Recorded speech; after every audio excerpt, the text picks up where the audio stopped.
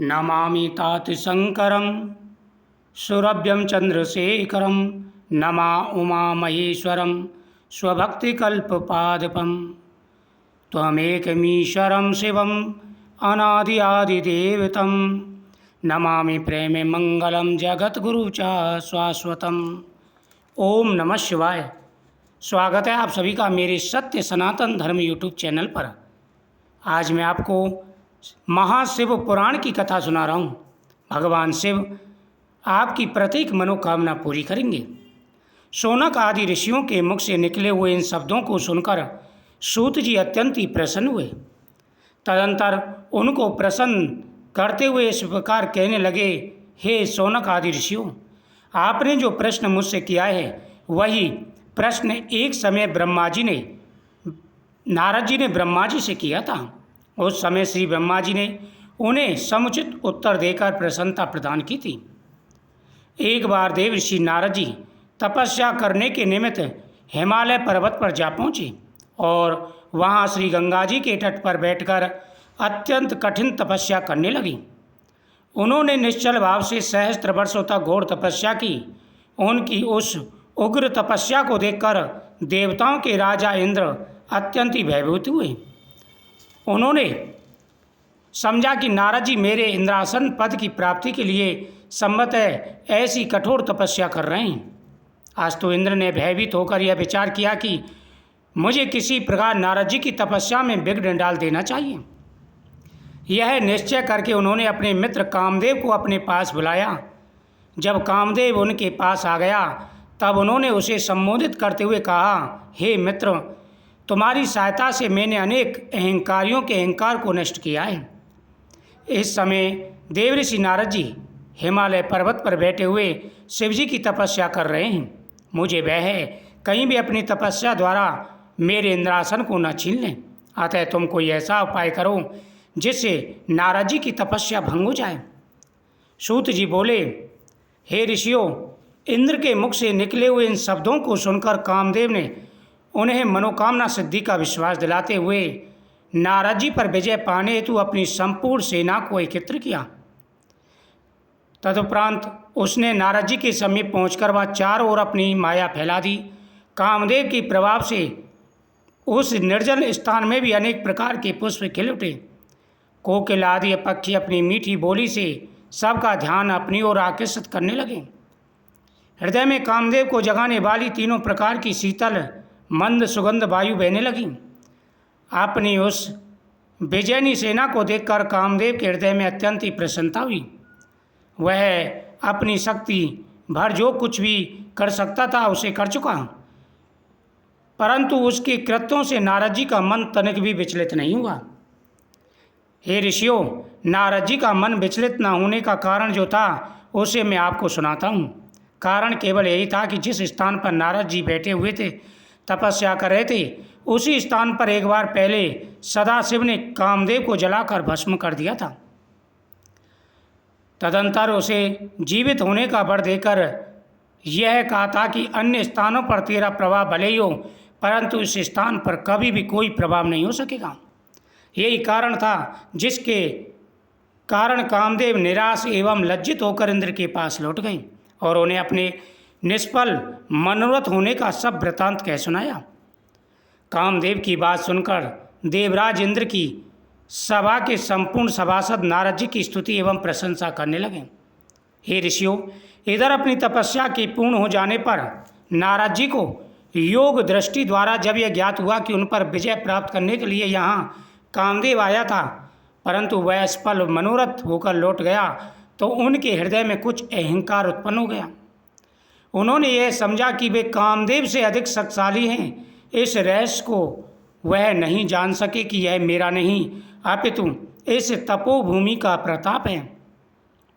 अस्तु नारद जी अपने तपोबल पर अत्यंत गर्व करते हुए वहाँ से उठकर शिव जी के पास जा पहुँचे और अत्यंत प्रसन्न होकर उन्हें अपनी तपस्या का सब हाल सुनाने लगे। नारद जी की बात सुनकर शिव जी ने उन्हें समझाते हुए कहा, हे देवऋषि, कामदेव पर विजय पाने की सामर्थ्य तीनों लोकों में किसी के पास नहीं। तुमने मुझसे तो यह बात कही, परंतु मैं तुम्हें समझाता हूँ कि तुम विष्णु लोक में जाकर इस बात को मत कहे बैठना। तुम इस बात को अपने मन में गुप्त रखना। हे ऋषियों, अहंकार में डूबे नारद जी को शिव जी की यह बात अच्छी नहीं लगी।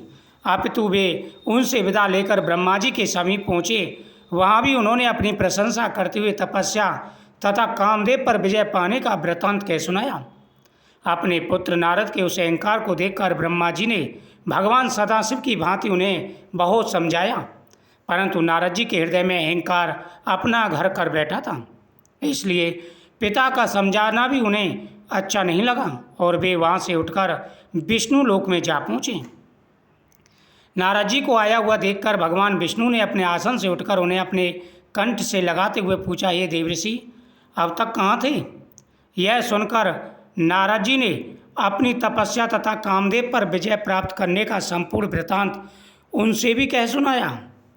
उस समाचार को सुनकर भगवान विष्णु शिव जी की इच्छा समझकर मन ही मन हंसते हुए बोले, हे नारद जी, जो मनुष्य ब्रह्म ज्ञानी नहीं और परम ब्रह्म की आराधना से रहित है, उन्हीं के हृदय में मोह की उत्पत्ति होती है। आप तो ब्रह्मचर्य व्रत को धारण करने वाले हैं, आप तो परम ज्ञानी हैं, भला आप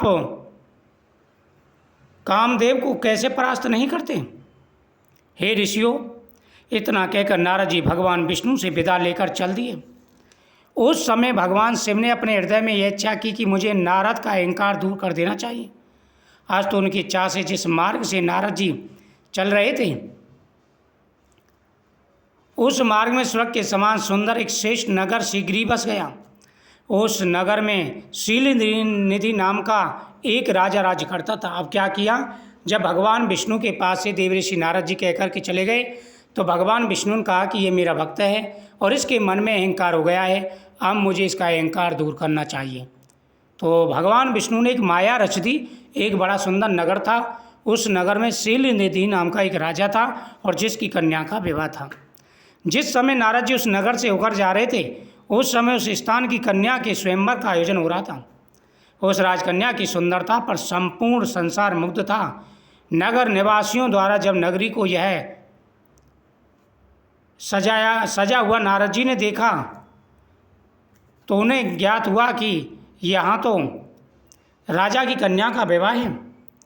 नारद जी राजा शीलनिधि की सभा में पधारे तो उसने आगे बढ़कर उनका अत्यंत ही सम्मान किया, फिर उन्हें ले जाकर अपने आसन पर बैठा दिया। इसके उपरांत उस राजा ने अपनी परम सुंदरी कन्या को भी बुलाकर नारद जी के सम्मुख उपस्थित कर दिया। बहुत समय तक नारद जी उस कन्या के अनुपम रूप को देखते रहे। जब उन्होंने उस कन्या के लक्षणों को विचार किया तो पाया कि जो भी मनुष्य कन्या का पति होगा वह संसार में अमर हो जाएगा, अक्षय कीर्ति को प्राप्त करेगा और युद्ध में कभी किसी से परास्त नहीं होगा। कन्या के लक्षणों को विचार कर नारद जी वहाँ से उठकर अपने मार्ग पर चल दिए, परंतु इस समय उनका मन काम के वशीभूत था। वह माया जाल में फंस चुके थे। उन्होंने यह भी विचार किया कि जब तक मैं सुंदर नहीं हूँ तब तक मुझे उस कन्या का मिलना असंभव है, क्योंकि स्त्रियाँ सुंदरता को ही अधिक प्यार करती हैं। अस्तु मुझे यह उचित है कि मैं भगवान विष्णु से उनकी सुंदरता मांग लूँ और राजकुमारी को मोहित कर उनके साथ विवाह करने के लिए तैयार कर लूँ। अब देवऋषि नारद जी भगवान विष्णु के पास पहुँच जाते हैं और भगवान विष्णु से कहते हैं कि वह उनको अपना स्वरूप प्रदान करें। इस प्रकार निश्चय करके नारद जी वही मार्ग में एक स्थान पर बैठकर विष्णु जी का ध्यान करते हुए प्रार्थना करने लगे, हे प्रभु, संसार में आपके समान मेरा हित करने वाला कोई नहीं, अस्तु आप यहीं प्रकट होकर मेरे मनोरथों को पूर्ण करें। नारद जी की इस प्रार्थना को सुनकर विष्णु जी उसी स्थान पर प्रकट हो